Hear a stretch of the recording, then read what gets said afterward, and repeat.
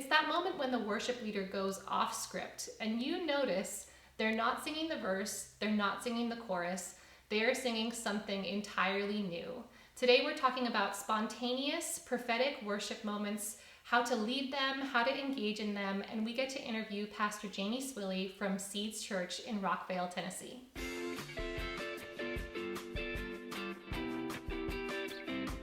Welcome to Celebration State, where we help Christian creatives to grow in their creativity and in their love for God. So today we get to interview Pastor Jamé from Seeds Church, and you guys, she has the most beautiful singing voice when she leads worship. She's over the worship ministry at that church, and you can just really tell her passion for God that comes out when she's worshiping, which is so amazing. But something that I really noticed and appreciated is how effortlessly, it seems, you're able to engage in prophetic worship moments. And I know that some of you may have seen these moments on YouTube. You may have seen a worship leader just kind of go off script and just be in a moment with the Lord and lead a congregation in that. And you may want to do that too, but you might not know how to start. So I'm so excited that we get to pick her brain today, just so people can get to know you a little bit. When did you get started with worship, or what was that like when you were just beginning? Well, I grew up as a pastor's kid, and I think I was probably thrown on the stage at like 3 years old. Leading worship, I would say I started in youth group at about 13 and went to college for music ministry and ended up marrying someone who was going into ministry. And I just think I've always been doing worship. Even if it wasn't on the stage, it was in our home with my dad around a guitar or a piano, or I love it. It's just something we've always done. Yeah. Well, then how long have you been leading worship at Seeds? So Seeds planted 4 years ago, almost 5 now, but I, right out the gate, was leading worship in church there. So amazing. There's such a sweetness to that community and how you lead worship there that I really appreciate. So bring us on the journey of when you were first getting started in leading worship prophetically. What did that look like for you? Well, I think I would have to probably go back to about 1992. And Hillsong was coming out. It was a big thing.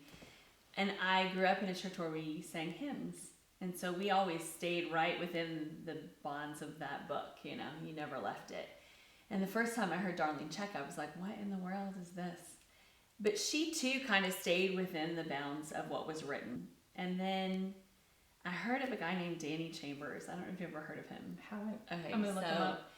Okay, so Danny Chambers came on the scene at about 99 for me. And I had never heard someone sing what was scripted and then go off script. Yeah. But it was the off script moments that we were listening to. I had just met my husband, and we would, throw a tape. That's right, a tape. Love it. In the tape deck of our car. And we would sit there, and I remember just crying, going, what is this? There was something so holy about those moments, almost like you were being invited into a personal conversation between that worship leader and the Lord. Wow. Only it wasn't personal, because everything he was singing, everything he was saying hit you right in the heart.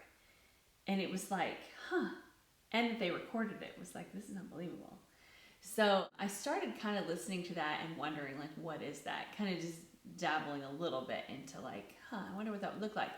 So what I would do is I would listen to worship in my home, and I would just sing off script. Whatever they were singing, I would sing whatever I felt was coming out of me in that moment. Wow. And just begin to put into practice what I had seen Danny Chambers do. That's how it kind of started for me. Wow, that is amazing. So from that point where it started, and then from the time when you started leading it in church with the congregation, was there anything in between that point? Yes, a lot. My husband and I graduated college in 2000, and we stayed on staff at the college for a year helping with the worship department, which was a great opportunity. But again, we were still kind of just learning how to venture out, color outside the lines a little bit in worship. Yeah. We ended up on staff at a church in Missouri for 7 years, and it was there, not in the main service, but in the youth department, that we found ourselves leading worship. And there would be these moments that I just like, what is this? And I would lean in. Wow. And it would almost be, at that point, I felt like it was almost always over one person. Like I felt like God was giving me something to sing over just one person, and I would kind of aim towards that person and start singing in that direction. But when we left that church, we had a season in Colorado where I feel like any kind of micromanaging or anything was taken off of us. It was kind of like, we trust you, we believe in the Spirit of God in you, we believe in the gifts of God in you. Wow. Run with it. That in that environment, that prophetic voice came alive in me. And my husband, we really would like gel together. We kind of knew, like, he doesn't sing, but he plays. And there were times that prophetically he would just begin to play something that wasn't even on the chart. And we just follow. We just go with the flow. We started having 24-hour prayer services. And we would do that like twice a year. And it was in those 24-hour prayer times where hardly anyone's there. It's just you and the Lord. Yeah. And interceding, that you would start singing out prayers, and all of a sudden you were writing prophetic, and you didn't even realize that's what you were doing. Wow. But there were times that we would write full songs in the middle of just intercession. Wow. You were talking about playing together with your husband. How important is that unity as a team in those prophetic, spontaneous moments? Huge. You have to be able to trust each other, but also I think you can develop that unity simply by just getting together and doing it. And especially with Seeds, what we started doing was we would have, once a quarter, we'd have the whole worship team over. And we'd say, bring your instrument. And our house would be filled with like 35 people with keyboards and so great djembes. And I mean, just the whole thing, right? It's just filled. People sitting at pianos. And we would sing something that everyone would know. And then we would just continue to play it and say, just begin to sing out what's in your heart. And putting that into practice and getting to where you can trust each other, and you feel that, for better words, ebb and flow. You kind of just feel that, like, okay, here we're gonna lean into this, and now we're gonna rest back and let them take it. And it's really super important, especially if you can practice that outside being in the church setting. When you're in the church setting, you can really trust each other to go there. Wow. So what would you recommend for a worship leader who feels like they're starting to get comfortable with this? They're ready to lead it out in a congregation on a Sunday morning or a midweek service. What would you recommend for them if they're trying to lead a congregation that may have never entered into that before? Well, I think first, you need to make sure that the senior pastor's on board. Yeah. It's super important that you don't step outside the umbrella of authority that's above you. If they are not willing to head down that path, there'll be resistance all the way around. Wow. And it's not the right place or the right time. Sometimes it's just timing. But a lot of times people that lean into that and feel that coming are set in the middle of a church that is not accepting of that. Really? And that's hard. That's a hard place to be, but it is not your responsibility to change that culture. It's the leader's responsibility to change that culture. And so it would be a conversation you need to start having with the senior pastor. Like, here's what I feel. This is what I want to go in. Maybe show them some things that are like that. They may not have ever experienced it either. Yeah. But if you're in an environment where that is freely welcomed and you just haven't stepped into it, I would say you have to just step out in faith. Like, there have been so many times that I feel like a nudging, and it's almost like sometimes you feel like you're on fire on the inside. Wow. Like, oh, I got to do this. And you really don't have all the words, but you have like one word. You just step out with that one word, and as soon as you open your mouth, it's like the Lord just goes, here you go, here's the rest of it. Wow. And so it's super cool when that happens. And the majority of the time for me, it rhymes, which is super weird too, because then you know it's got to be God, because there's no way I could come up with that on the spot. So I would say if that is an environment that is welcome, they're open to it, step out, just lean into it. And a lot of times it's easier to lean into it in like a prayer setting instead of your main service setting. But also, you got to practice it at home. You got to practice it in private for it to be what is needed for the whole body. Yeah. That is some bold faith right there. That's amazing.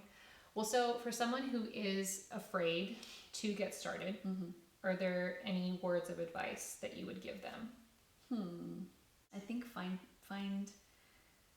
find albums that you can listen to that kind of delve into that naturally. Bethel albums, Maverick City, Upper Room, they are known for spontaneous worship. Yeah. Listen to it.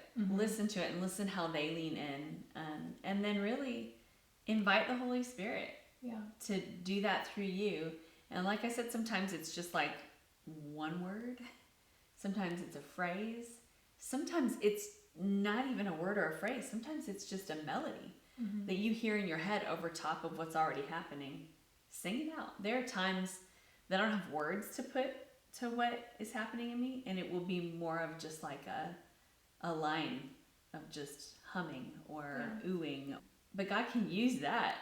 Even that sometimes. I've heard, people say, whatever that was when you were doing that, something was happening in me. Wow. So it's not really about you. You kind of have to remove yourself out of the situation and allow God to just flow through you, which just sounds weird, but it really is that way. Yeah. So. Wow, that's incredible. So is there a story that you'd want to share of a time when God used that powerfully? I think for me and for specifically one teenage girl that was in our church when we were in Colorado, I can remember one specific moment in worship where I just kept hearing this line, "Dream away, baby." Oh.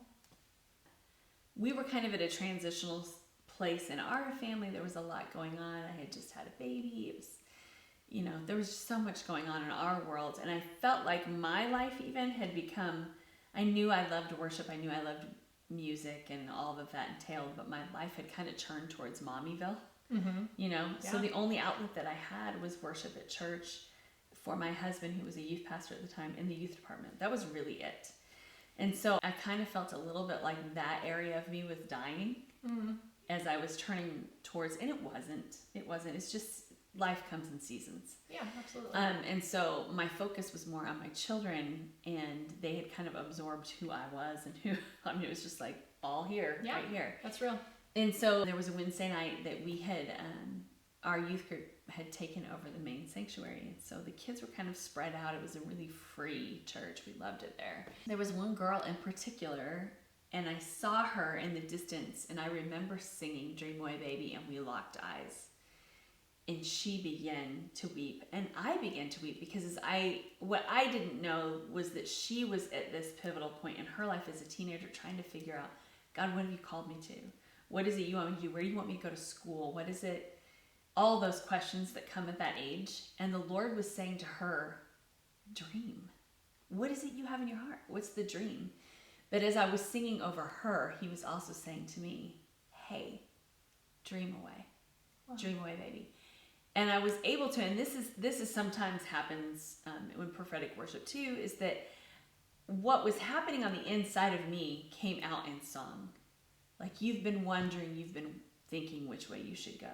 Well, I have plans. I have a reason bigger than you would know. And I mean, I wrote it out. The reason I can quote it is because I go back to it frequently. Wow.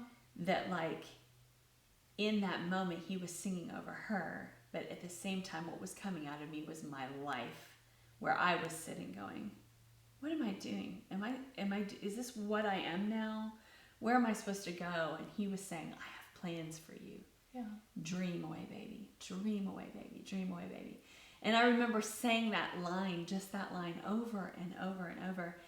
And for the two of us, and I'm still in contact with this girl now. She's an adult, amazing woman. We still have conversations about what God did that night. Wow. And as much as it was for me and as much as it was for her, there were other people there that it was hitting at the same moment. And I guess that goes back to like how you step out. It was just that one line. Yeah. Dream away, baby. And when I said that, all of a sudden I had the rest of the song. And it just flowed out. And it was like, I go back to that frequently, that memory. Mm-hmm. Wow. I love it how when we partner with God to touch someone's heart for him, how our hearts get touched at the same time. Yeah, happens a lot. So maybe if you're not used to hearing from God and you don't know a lot about the prophetic, how do you know when you're hearing from God? I think I referenced this earlier, that when you start to feel that, and I think everybody I've talked to says the same thing, you have this like almost like a heat, almost like a fire. I mean, there's been times that I've felt like if I don't say this, I'm going to burn from the inside out. Like Wow. it feels so overwhelming. But ultimately, every time what you sing will be matched up with something in the Word. Mm-hmm. Because the prophetic is never going to be opposite of the Word. Absolutely. Ever, ever, never. And so even with what I was referencing about Dream Away Baby, sounds like, well, where's that in the Bible? Well, what it went into was, for I know the plans I have for you, says the Lord. Mm-hmm. And it began to talk to this woman and to me about, he has plans bigger than you know. Yeah. Go ahead and dream. Dream away. Ask him. Ask him for the things that your heart desires. And so every time that I have sang out something prophetic, I want to make sure that it lines up. And 9 times out of 10, it's going to have scripture references in it. Wow. Because he speaks his word. Mm-hmm. That's just the way he works. And so I think ultimately, you have got to be in the Word. You have to be in the Word to move in this, to flow in this. It was so fun having Jamie come on with us and just learning from her in this area. Her wisdom is amazing. It's so valuable, you guys. And I personally was just super excited about this interview. We have more interviews coming your way, so don't forget to consider subscribing if you haven't done so already and turn on notifications. Let us know in the comments if you have any questions about this topic from this interview. We would love to come alongside you and help you in whatever way that we can. Thank you so much for watching, you guys. Be so blessed.